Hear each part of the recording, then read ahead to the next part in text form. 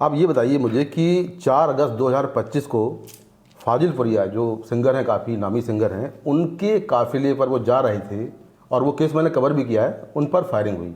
हालांकि वो बच गए। उसके बाद सोशल मीडिया पर एक पोस्ट आती है और उस पोस्ट में 2-3 नाम लिखे होते हैं, दीपक नांदल का, और उसमें एक नाम आपका था और उसमें ये लिखा होता कि पैसे का डिस्प्यूट था इसलिए हमने फायरिंग करवाई। मेरा कभी किसी प्रकार का फाजिलपुरिया से 1 रुपए का भी कोई लेन देन नहीं था, कोई डिस्प्यूट नहीं था। अब वो किसका पोस्ट आपने किया था वो? नहीं, मैं क्यों करूँगा पोस्ट, मेरा क्या लेना देना है। फाजिलपुरिया मेरे भाई जैसा है, मेरा उससे ऐसा कोई, उस दिन भी मैंने फाजिलपुरिया को मैसेज किया, मेरी बात हुई, मैंने कहा भाई मेरा कोई कंसर्न नहीं है, कौन क्या कर रहा है मुझे इससे आइडिया नहीं। इसके ठीक बाद 4 अगस्त 2025 को फाजिलपुरिया के फाइनेंसर रोहित शौकीन की गुरुग्राम में हत्या कर दी गोली मार के।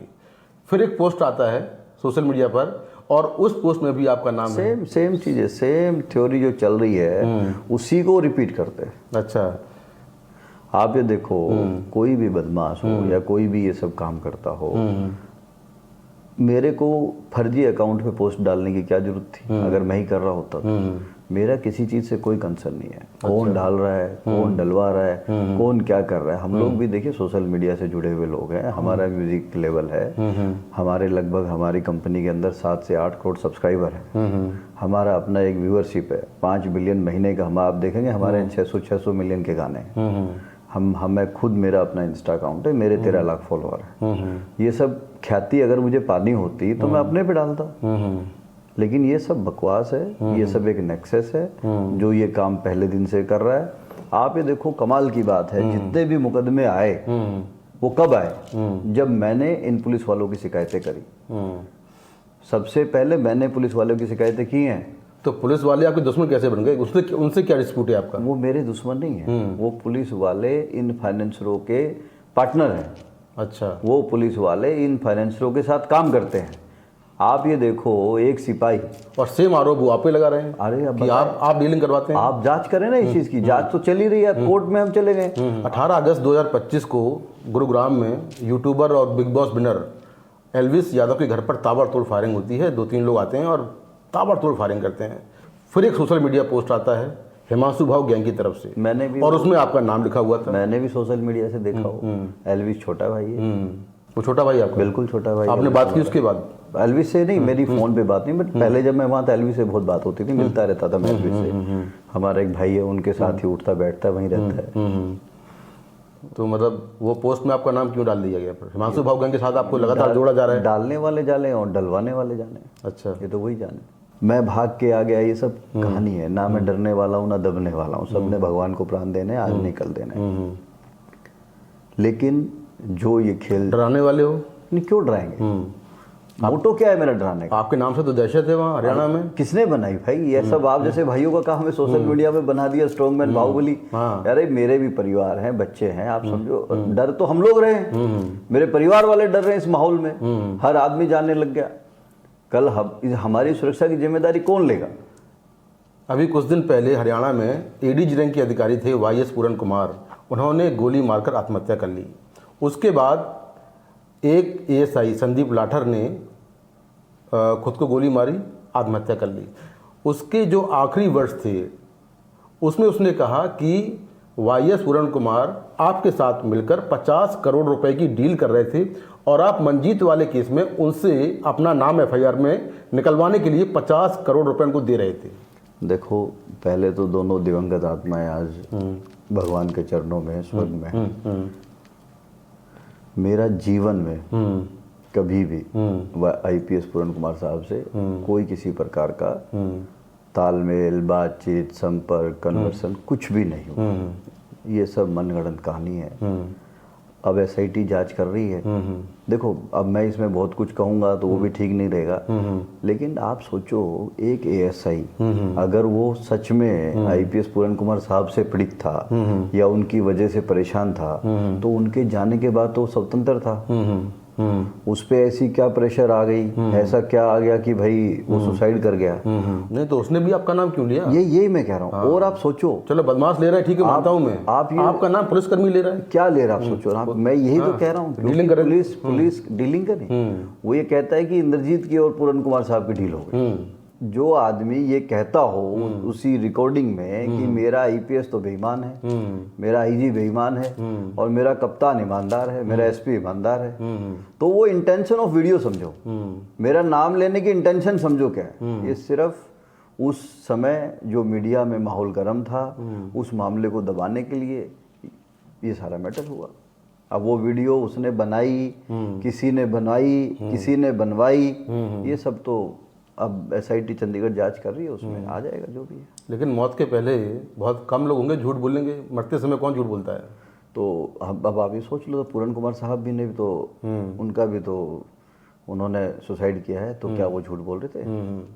अभी मैं आता हूँ उस पर कि रोहित गुजारा के साथ आपका एक ऑडियो वायरल है जिसमें वो बात कर रहा है कि भाई मेरे 5-6 लड़के हैं, इनका मामला सेटल करवा दो, कुछ तरह की बात हो रही है, और आप उससे भाई भाई करके बात करो, जी भाई कराता हूँ।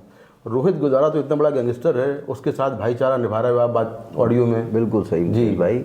मैंने भी ये ऑडियो परसों किसी एक चैनल के माध्यम से सुनी, और हमारे जो आईजी एसटीएफ साहब हैं बाल्यान साहब, उनकी भी एक वीडियो कन्वर्सेशन के साथ में वो ऑडियो अटैच करके मैंने सुनी। देखिए क्या होता है, बाल्यान साहब बड़े अच्छे और ईमानदार अधिकारी हैं, साउथ कैडर के हैं, साउथ से हैं, हमारे हरियाणा कैडर के हैं। क्या होता है, बाल्यान साहब बिल्कुल सही कह रहे हैं। उन्होंने ये कहा कि इस फाइनेंस के काम में गैंगस्टर मिलके पंचायत कर रहे हैं। यही मैं कह रहा हूँ कि भाई इस फाइनेंसर के काम में ये पुलिस वाले, फाइनेंसर और गैंगस्टर मिले हुए हैं, समझिएगा आप। लेकिन यहाँ जो पुलिस वाले हैं, जो जिन अधिकारियों का मैंने नाम लिया है, उस 15 मुकदमे हैं आप पे, जिसमें 2 मर्डर के हैं। गैंगस्टर तो आप भी हो ना, आपको भी गैंगस्टर कहा जा रहा है। उस पे भी आएंगे, उस पे भी आएंगे, आप उस पे भी एक मुकदमे पे आएंगे। 15 छोड़िए, हम एक पे बात करेंगे अभी। जब उसके अंदर हमारे एक हरियाणा में कहावत है, भाई अपनी छाया को खट्टी कौन बताएगा। क्योंकि जो जिन पे मैं एलिगेशन लगाए हैं, जिन अधिकारियों को, जिन इंस्पेक्टर को, जिन सिपाहियों पे मैंने शिकायत की है, they are part of CIA and STF. रही रोहित गुजारा की जो रिकॉर्डिंग आ रखी है, तो कहता है भाई मेरे 4-5 आदमी हैं, उनका थोड़ा देख लेना, उनका ब्याज ऊपर नीचे करके निपटवा देना। अब कोई मुझे फ़ोन करेगा, मैं क्या कहूँगा? मैं कोई गाली बकूँगा उसको, मैं उसको धमकी दूंगा, मैं यही कहूँगा भाई ठीक है, कौन है, उनको भेज देना, बता देना। फिर उसने कहा भाई कुछ और हो तो बताना। मैंने कहा भाई अभी कुछ नहीं है, होगा तो बताऊंगा। अभी हाल ही में आपके यहाँ ईडी ने रेड की, जो पहली रेड हुई उसके बाद ईडी का बयान आया और उसमें लिखा था कि कुछ बड़ी कंपनियां जिनमें अपोलो ग्रीन एनर्जी लिमिटेड भी शामिल है, झज्जर के डीगल इलाके में प्राइवेट फाइनेंसरों से नगद में भारी रकम उधार लेती है और बदले में पोस्ट डेटेड चेक देती है। जब इन लोन को लेकर विवाद होता है तो इंद्रजीत यादव यानी कि आप स्ट्रॉन्ग मैन बनकर बीच में आता है, धमकी, हथियारबंद गुर्गों और लोकल गैंग के जरिए जबरन सेटलमेंट कराता है। यानी कि आपको कहा कि आप डीलिंग करवाते हैं, एक स्ट्रॉन्ग मैन हैं, और इस तरह से आपने पैसा कमाया है। मुकेश जी, ये बात सही है कि डीगल के कुछ लोगों का, नॉट इवन डीगल, हरियाणा के बहुत से गांव से, इधर उधर से लोगों का पैसा खाली अपोलो में नहीं, अपोलो जैसी काफ़ी कंपनी हैं जिनमें इन लोगों का पैसा लगा होता है। अब ये क्यों लेते हैं, कैसे लेते हैं, ये कंपनी का अपना कंसर्न है।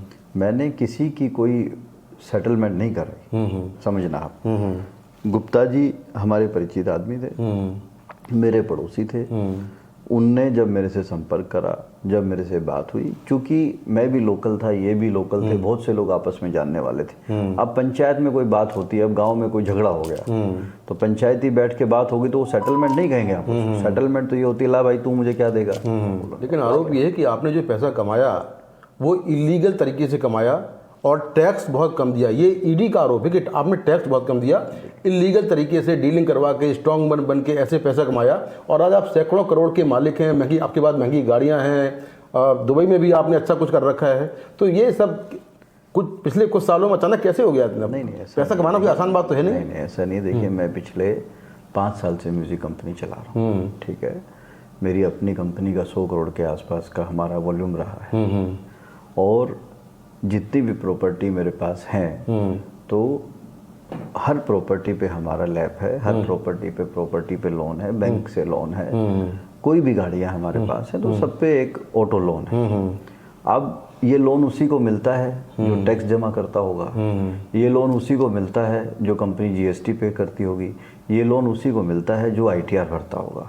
ये गाड़ियाँ महंगी महंगी, आपको मैंने कुछ सोशल मीडिया पर वीडियोस देखे, आप बड़ी गाड़ियाँ बहुत महंगी महंगी हैं, प्राइवेट जेट पर आप घूम रहे हैं, तो ये सब क्या शो ऑफ? मतलब प्राइवेट जेट पे घूमना शो ऑफ नहीं होता। अब हमें कहीं जाना है, समय कम है या कोई हमारी ऐसी मीटिंग है, तो अब वो तो पैसा कोई प्राइवेट जेट गया, उसकी इनवॉइस आई, कंपनी ने पे कर दिया।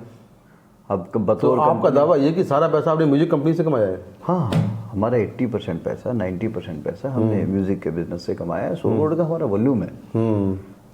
आज आप देखेंगे तो काफ़ी 100 मिलियन से बड़े बड़े गाने हमारे, काफ़ी बड़े बड़े गाने। ईडी ने आपके यहाँ पहली रेड की तो उसमें 5 लग्जरी कारें, 17 लाख रुपए कैश, बैंक लॉकर, दस्तावेज, डिजिटल डिवाइस, डेटा बरामद हुआ।